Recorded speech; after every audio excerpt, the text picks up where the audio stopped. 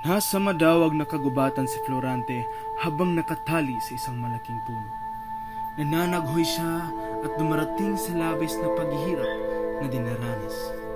Ang buong akala niya ay nagtaksil sa kanya ang kasintahan niyang si Laura at ipinagpalit kay Conde Adolfo. Nabihag siya ni Adolfo at itinapon sa kagubatan upang doon mamatay. Oh, aking Laura. Oh, aking mahal na Laura.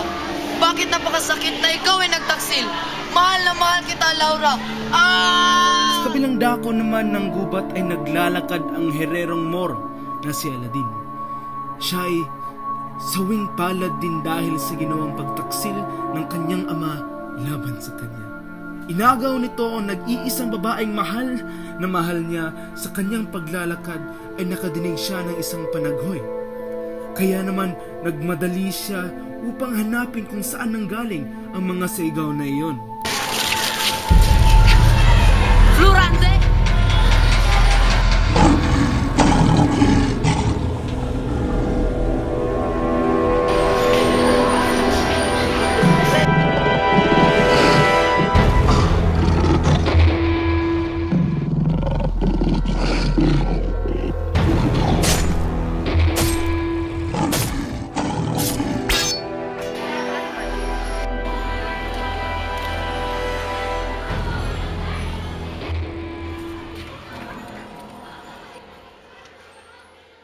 Matapos siyang gamutin ni Aladin ay tuluyan siya nagising. Kasabay ang pagkagulat ay napasambit siya. Aladin, bakit mo ko tinulungan? Hindi porket kay away kita ay hindi na kita tutulungan. Maraming salamat. Walang anuman, pero pwede ko bang malaman kung bakit ka nakatali sa malaking puno na iyon? Sobrang nagulat si Florante na makita na ang kaaway niyang si Aladin ang nagsilbing tagapagligtas niya. Hindi niya lubos maisip na ang kaaway niya pa talaga ang magliligtas kanya sa kapahamakan. At doon na nga sinimulan ni Florante ang pagkwento sa kanyang buhay simula pagkabata hanggang sa pinatapon siya ni Adolfo sa gubat na iyon. Si Florante ay anak ni Duque Brescio ng Albania at Prinsesa Floresca na nagmula sa bayan ng Crotona. Si Duque Brescio ay ang tagapayo at sanggunian ni Haring Linceo ng Albania. Nang sumampit 11 taon si Florante ay pinadala siya ng kanyang ama patungo sa Atenas upang mag-aral. Sana'y mag-ingat ka sa iyong pag-alis. Lubos kong itinalulungkot ang ating paghiwalay. Ngunit pipilitin ko, anak. Dahil alam kong ito ang mabuti para sa iyo at ito ang gusto ng iyong ama. Anak, mahal kita. Huwag mo iyong kakalimutan. Opo, ina. Ako ay mag-iingat sa Atenas. Mahal na mahal ko din po. Huwag mo kakalimutan ang dumalaw sa amin. Makakaasa, ina. Isang mahigpit na yakap ang ibinigay ni Florante sa kanyang ina bago tumingin sa kanyang ama na naiyak na din. Ama, kayo na po ang bahala kay ina. Pasensya na't ako ay mabayo. Sana ay mas madami ang turan mo kang gurong ang tinuras sa Atenas. Ang buo kong tiwala ay binibigay ko sa kanya. Sana ay mag-ingat ka doon. Anak, mahal na mahal ka namin ng iyong ina. Opo, ama. Gagawin ko po ang lahat para matuto. Kasi mahal na mahal ko din po kayo.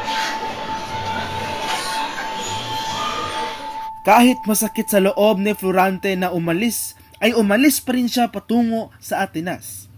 Nung makarating siya doon, ay doon niya nakilala ang gurong si Antenor at si Maligayang pagdating sa Atenas, Florante. Salamat po, Guro Atenor. Ikinagagalak ko na makilala ang anak ni Duque Brescio ng Albania. At siya nga pala, ito ang pamangkin ko na si Menandro. Ikinagagalak ko makilala ka, Florante. Ako din, Menandro. Magandang umaga sa inyong lahat.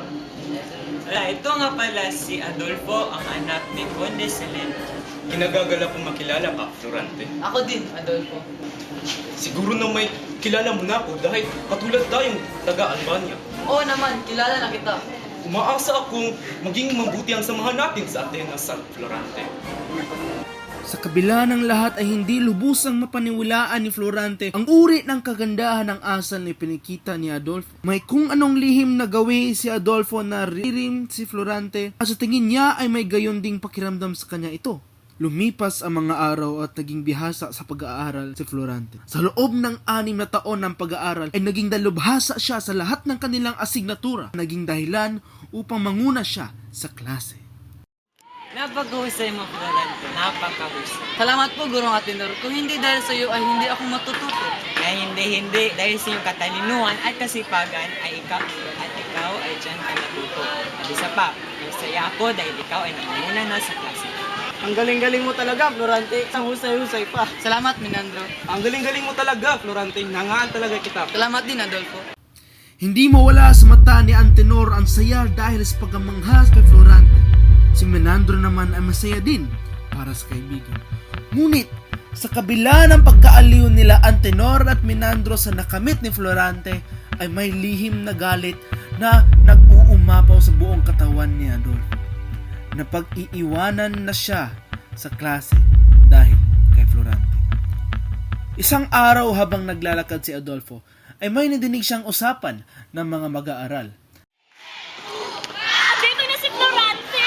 Saan? Ayun siya! Wala talaga! Ang kisig ko! Kalat na sa buong Atenas ang pangunguna ni Florante. Ganda umaga, Florante!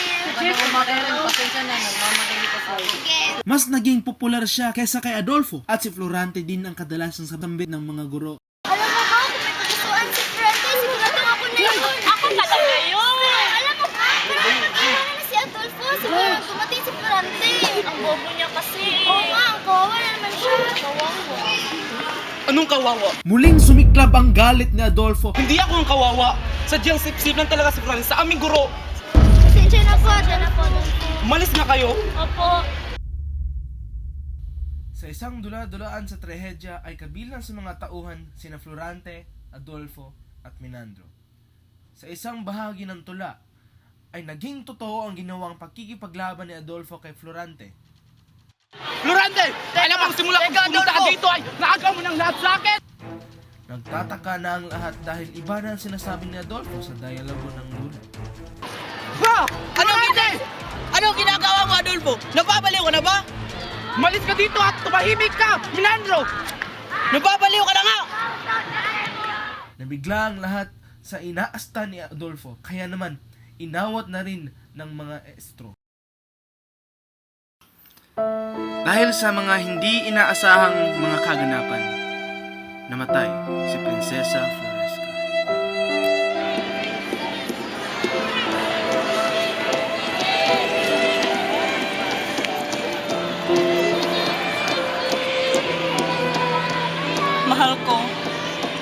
Mahal ko, bakit mo ako iniwan? Bakit mo ako iniwan? Hindi lamang kayo napag-usap ng ating anak na si Florante. Mahal ko, Prinsesa Floresca.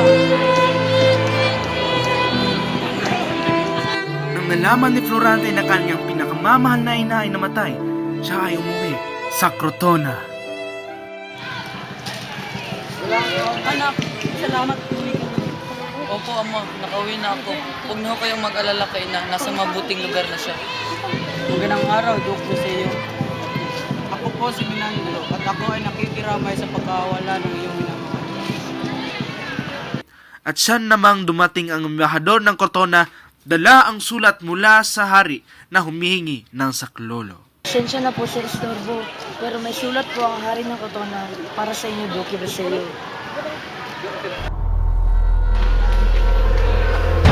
Hindi na po kayong mumulong sa kaharian.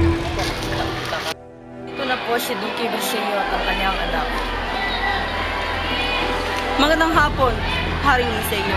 Nakatanggap ako ng sulat galing sa hari ng Crotona. Sila ay sinasalakay ng hukbo nila General Asmani at ng bantog ng Morong Guerrero na si Alana. Siya nga pala, ito ang aking anak na si Florante. Kararating nga lang galing sa bayan ng Atenas at kung saan siya nag-aral. Sa aking panaginip ay ikaw, Florante, ang makisig na lalaki na aking pinangarap na maging tagapagmana ng aking sentro treno. Kaya naman gagawin kitang general ng hukbo na sasaklolo sa bayan ng Crotona na sinubkob ng Moro. Tinatanggap ko po ang iyong alok, mahal na Ina. Ililigtas ko ang bayan ng aking mahal na Ina. Ibabalik ko ang dangal at kapayapaan. Ito nga pala ang aking anak na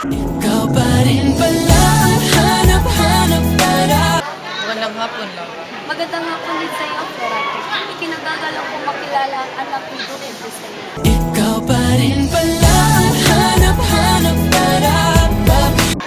Ikinagagala ko din makilala ang magandang anak ni Hari Jose.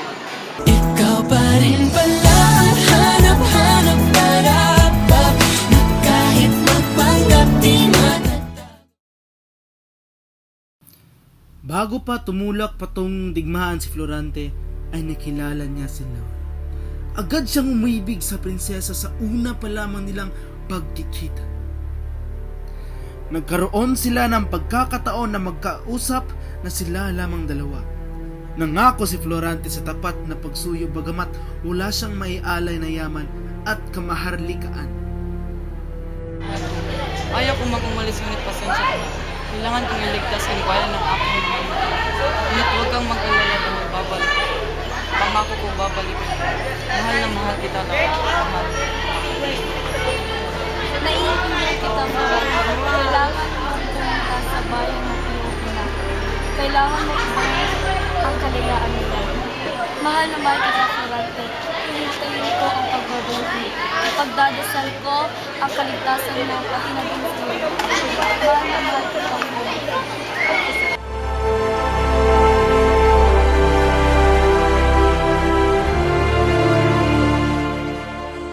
Sa sunod na araw ay namamaalam si Haring Linceo kina Florante at Menandro na sila ay pupunta sa giyera kasama kanilang mga hukbo. Florante at Menandro, kayo na ang bahala sa bayan ng Crotona laban kina General Osmalik at Aladin. Alam kong mananalo kayo, kaya hihintayin ko ang pagbabalik niyo. Kakaasa kayo, Hari Jose. Gagawin namin ang lahat ng aming mga kaya upang iligtas ang bayan ng Crotona. Huwag kang mag-alala, Haring sa iyo. Kami nang bahala kay General Malik at kay Aladin.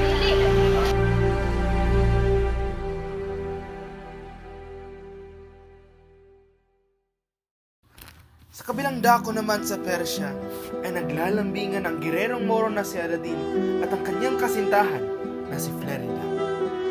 Mahal kong Florida, sana'y makasilan mo. Oo naman, mahal. Papakasaya kita. Gusto ko ikaw magiging ama na magiging sulit namin. Mahal na mahal kita. Ngunit sila ay dinusturbo ng ama ni Aladin. Aladin, anak ko, pwede ba tayo mag-usap? Ama, ikaw pala yan. Sige po. Tungkol saan nga ba, Ama, ang pag-uusapan natin? Gusto kong ipadala ka at ang hukbo mo sa Kahariang Albania. Ngunit, Ama, kauwi ko lang galing sa labanan, sa bayan ng Crotona. Ako ang iyong ama at ako ang sultan. Ito ang gusto ko, kaya dapat sumunod ka sa akin. Tama ang iyong ama, Aladin. Kailangan mo siyang sundin dahil siya ang iyong ama. Siya ka nga pala, nahenda ko na ang iyong hukbo at bukas-bukas ay aalis na kayo. Pero paano sa Florida? Matagal kaming hindi nagkita at ngayon ay aalis naman ako. Ama, kahit 3 araw lang sana ay makapiling ko siya. Nagbabaliw ka na ba? Ayaw mo nang sumunod sa akin? Kahit labag sa loob ni Aladin na muling iwanan si Flerida, ay sinunod pa rin niya ang gusto ng kanyang ama. Kayo ay humayo na at inaasahan ko na sa inyong pagbalik ay kayo ang mananalo sa labanang iyon. Opo, Ama, makakaasa kayo. Opo, sultan. Mag-iingat ka, Aladin. Mahal na mahal kita. Mahal na mahal kita. Bilisan nyo na, Aladin.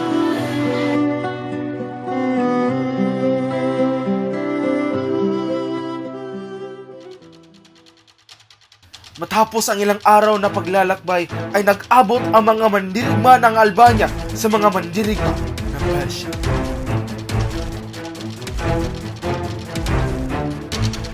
Musay nga silang mandirigma.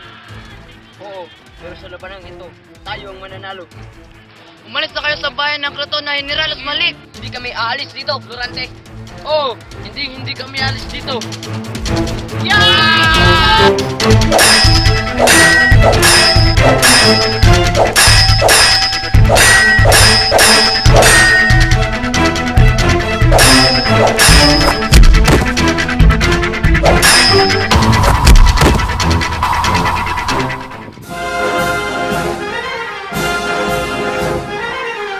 Mabuhay ang bayan ng Crotona!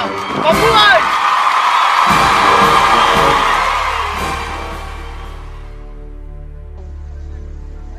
Ama, pasensya na. Bigo ako. Malakas ang hukbo nila Florante. Ano? Aladdin, kahit kailan hindi ka pa natatalo. Anong nangyari sa'yo? Ama, pasensya na. Pin mo ang kapurusahan. General Usmalik, ibilanggo siya at bukas sa bukas ay pupugutan siya ng ulo. Pasensya ka na, Aladdin. Florida, mahal na mahal kita. Florida, babalik ako. Tatakas ako rito. Asan si Aladdin? Anong ginawa mo sa kanya? Pupugutan ko siya ng ulo dahil nabigo siya sa paglusob sa Albania. Yon ang kaparusahan niya. Ano? Pero anak mo siya, Sultan Aliadab. Paano mo magagawa yun sa kanya? Nanggaling siya sa'yo. Lahat ng gusto mo ay sinusunod niya. At sa konting pagkabigo ay pupugutan mo siya ng ulo? Huwag mong pagsigawan ng sultan. Maawa ka, Sultan Aliadab. Mahal na mahal ko si Aladdin. Hindi ko kaya mawawala siya sa buhay ko. Gagawin ko ang lahat. Huwag lang siya pugutan ng ulo. Kahit ano, sigurado ka ba dyan? Pwes, magpakasal tayo. At sa ganung paraan ay papakawalan ko si Aladdin at hindi ko napupugutan ng ulo. Pero Sultan, ihanda mo na ang lahat para sa kasal namin ni Florida. Pero bago iyon, ay pakawalan mo muna si Aladdin at huwag na pababalikin dito sa Persia. Aladdin, Aladdin. Tumakas ka na at pinapatawad ka na ng iyong ama. Maraming salamat, General Usmalik.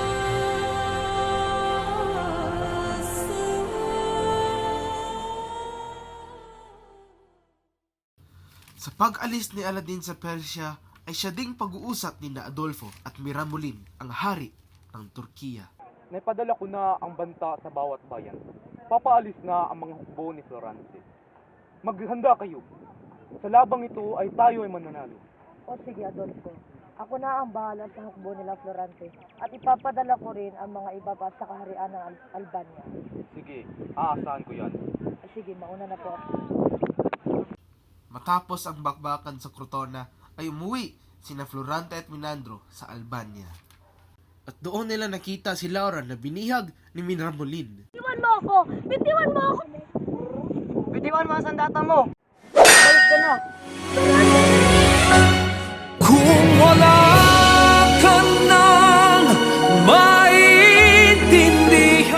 Nang ibinalik ni Florante si Laura sa kanyang ama na si Haring Linceo, ay ipapadala pala ni Haring Linceo si Florante sa Etolia, kung saan meron pa ring mga Moro na nakikipagbakbakan sa mga mandirigma ng Crotona.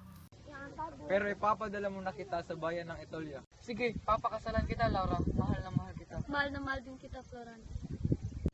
Umanda kayo, Florante at Laura. Hindi ko kayo patatahimikin. Nang umalis si Florante papunta sa Etolia, ay ibinihag ni Adolfo si Laura at umakas si Adolfo habang daladala si Laura sa kagubatan. Sumama ka sa akin, Laura! Bitiwan mo ako, Adolfo! Wala na si Florante! Bitiwan mo ako! Hindi ako maniniwala sa'yo! Si Florante ang mahal ko! Hindi ako maniniwala sa'yo! Babalik pa siya, Laura!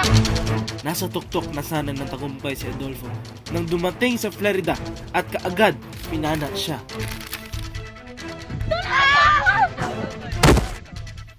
At doon natapos ang kasakiman ni Adolfo. Nagpasalamat si Laura kay Florida at nagbalik silang apat sa Albania at doon nagpakasal. Si Florante ang pumalit kay Haring Linceo upang pamunuan ang Albania at si Laura ang naging reyna. Si Aladdin naman at si Florida ay bumalik sa Persia at doon nagtapos ang kwento nila Florante at Laura.